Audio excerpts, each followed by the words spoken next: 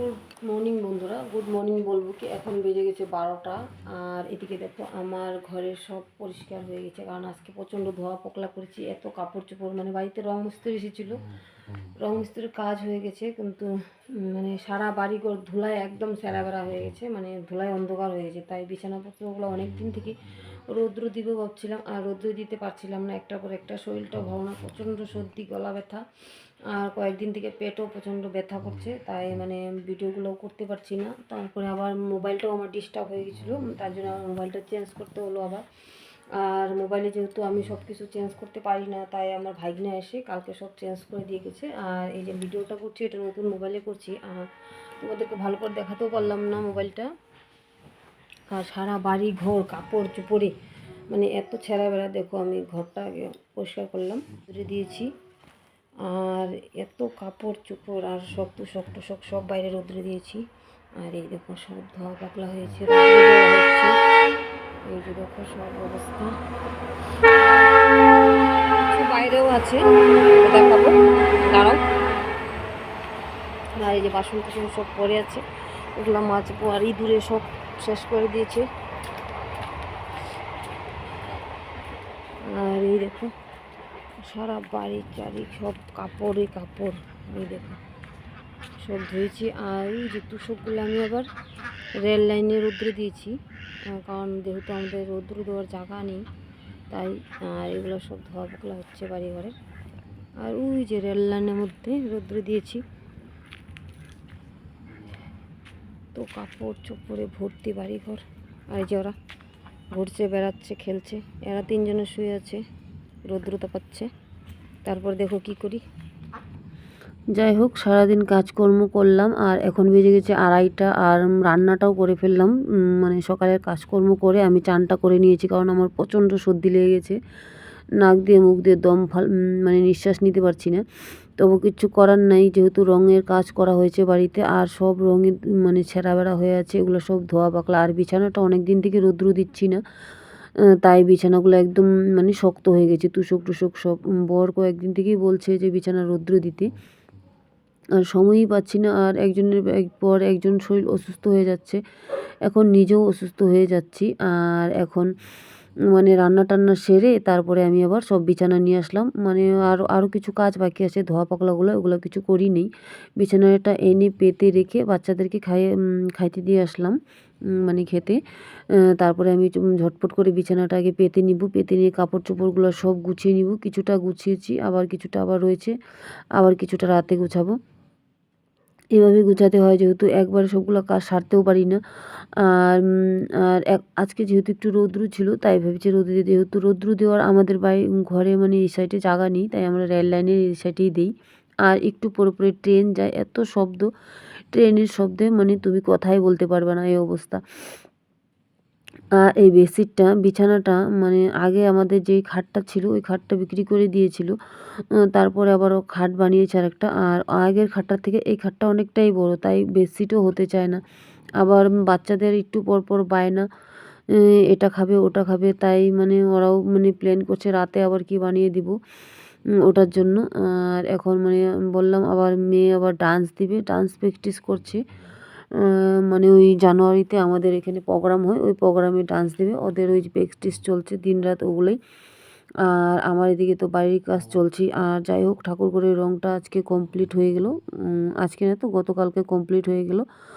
আর আজকে আমাদের সবাই মানে ধোয়া পাকলা কমপ্লিট হয়ে যাচ্ছে। আর মাঝখানে কোনো ভিডিও করতে পারিনি। আর এটুক করে আবার মানে সন্ধ্যাবেলায় চলে যাব, কারণ এখনই মানে অনেক কাজ বাকি আছে, যেন ওরা খেতে দিব ওদেরকে, একজন একজন করে আসবে, তারপরে আবার ঘর দুয়ার মুছবো। আর আজকে আমি একটু তাড়াতাড়ি চানটা করে নিয়েছি, কারণ এখন যেহেতু ঠান্ডা পড়ে গেছে আর প্রচণ্ড সর্দি লেগে যাচ্ছে। আর রঙের কাজ হয়েছিল, তাই মানে ধুলোতে মানে সারা বাড়িঘর অবস্থা নেই। আর এদিকে ধুলো গিয়ে মানে প্রচণ্ড সর্দি লেগে গেছে। আর এখন ঠান্ডাটা ভালোই পড়ছে, সেরকম একটু কুয়াশা নেই, তবুও ঠান্ডা আছে আর কি। আর এদিকে আমি সব কাজকর্ম করে নিলাম, এখন ঘরের কাজকর্ম মোটামুটি আমার আগিয়ে ফেলেছি এখন। আর এখন সব খাওয়া দাওয়া দিব, আর অন্যান্য কাজগুলো আছে যেগুলো সব করে নিব। আর সন্ধ্যাবেলাও কিছু একটা বানাতে হবে, দেখি কি বানাই। মেয়ে বলছে মানে সুজি দিয়ে মোবাইলে একটা দেখেছে, ওই সুজি দিয়ে ভাপা পিঠা বানাতে। আমি বলি আজকে বানাবো, বানিয়ে দেখবো কেমন হয়। আর যে ছেলে ফোন করছে বন্ধুকে, খেলতে যাবে। সারাদিন তো কাজকর্ম করলাম দেখলেই, আর এখন বাচ্চারা বললো মানে সুজি দিয়ে ভাপা পিঠা বানানোর জন্য। ওই জিনিসটা আমি বানাইনি কোনোদিন, কিন্তু আজকে ট্রাই করছি আর বানাই। তোমরা দেখো আমি কিভাবে কিভাবে বানাচ্ছি। যদি ভালো হয় তাহলে কমেন্ট করো, খারাপ হলেও কমেন্ট করো তোমরা। এখন দেখো কিভাবে আমি করি। সুজিটাকে ঢেলে নিই, বুঝছো? 2 প্যাকেট সুজি এনেছি। আর সন্ধ্যার চা খাওয়া হয়ে গেছে। আর সারাদিন দেখলেই তোমরা প্রচণ্ড কাজে বিজি ছিলাম, আর প্রচণ্ড কাজ করছে, মানে ঘরের দুয়ারে সব রং করা হয়েছিল, সব স্যারা বেড়া হয়ে গেছিলো। ওগুলো গুছাতে, ধোয়া মোছা করে পরিষ্কার করা, রান্না করা, ওগুলো করতে করতে অনেকটা সময় লেগে গেছে। আর এখন এগুলা মানে দেখি এটা বানিয়ে কেমন হয়।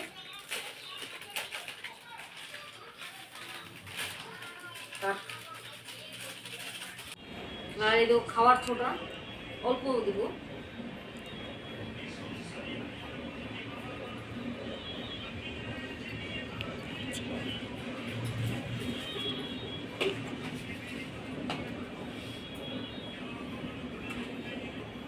অল্প লবণ দিব,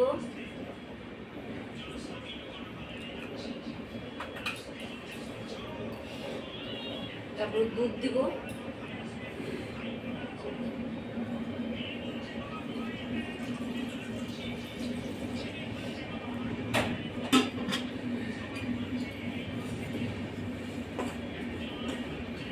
অল্প জলও দেবো, বুঝছো? কারণ দুধ আজকে কম ছিল, তাই দুধ বেশি দিতে পারবো না, প্রথম প্রথম তো, তাই একটু জল দিয়ে দিচ্ছি।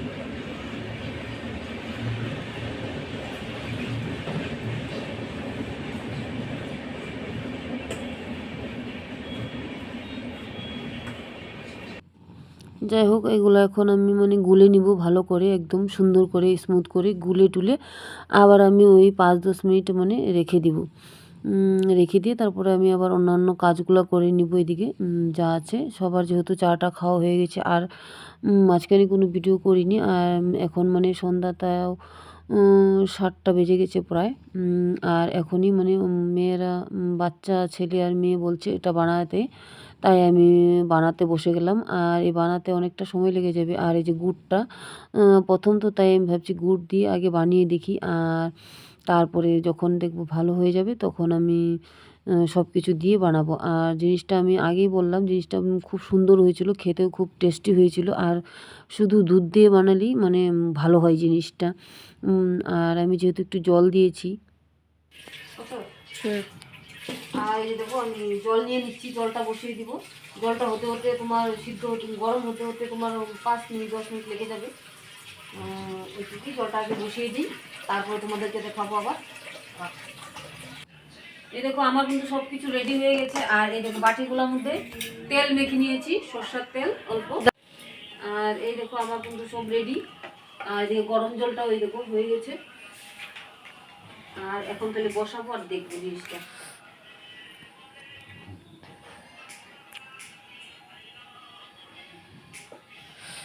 তেলেও কেমন করে দিচ্ছি।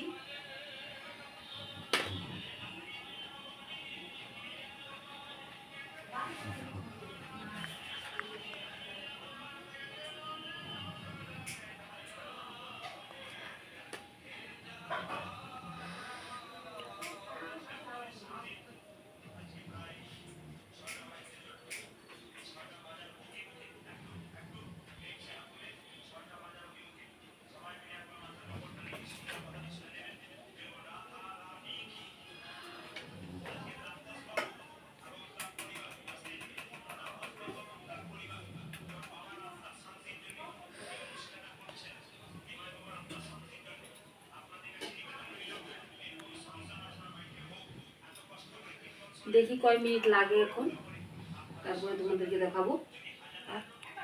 যাই হোক, এখন উঠিয়ে দেখি কেমন হয়েছে।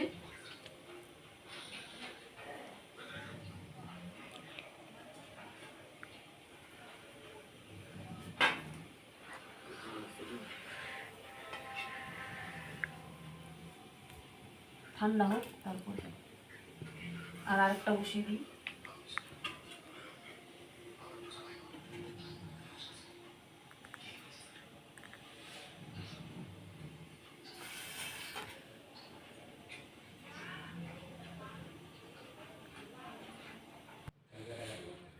বুঝলি? আর এই দেখো আমার এই যে ভাপা পিঠা হয়ে গেছে, এখন সুজির ভাপা পিঠা। আর এগুলো বসিয়ে তারপরে আমার যত বাসন কুসন আছে সব মেজে ফেলেছি। আর এই যে আটাটাও মেখে রেখেছি, এখন আর রুটি বানাবো রাতে খাওয়ার জন্য। আর এদিকে বেগুন পুড়ে রেখেছি, পরে মাখিয়ে দিব। আর এই দেখো এই যে কি সুন্দর হয়েছে।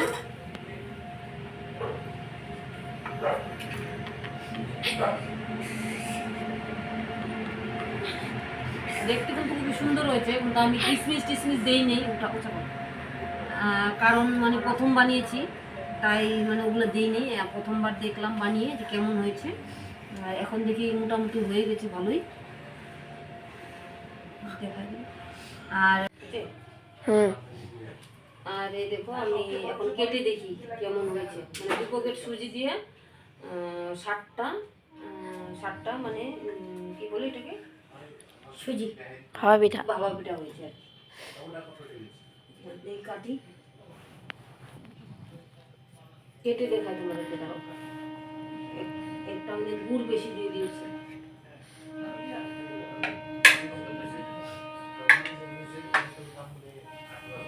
সুন্দর হয়েছে টস গুড়ি।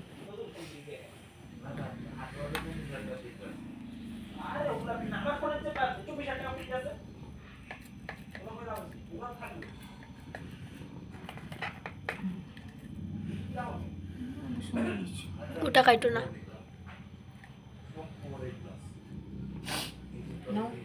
এখন আর এই যে আটা মাখাইছি, আটাটা দেখো রাতে রুটি বানাবো, তার জন্য আটা মাখিয়ে রাখলাম। এখন রুটিটা বানাই। আর আজকের মতন এখানে ভিডিওটা রাখবো, কারণ রাতে অনেক কাজ আছে, রুটি বানাবো, খাওয়া দেবো সবাইকে, অনেক ঝামেলা আছে। আজকের মতন ভিডিওটা এখানেই রাখবো।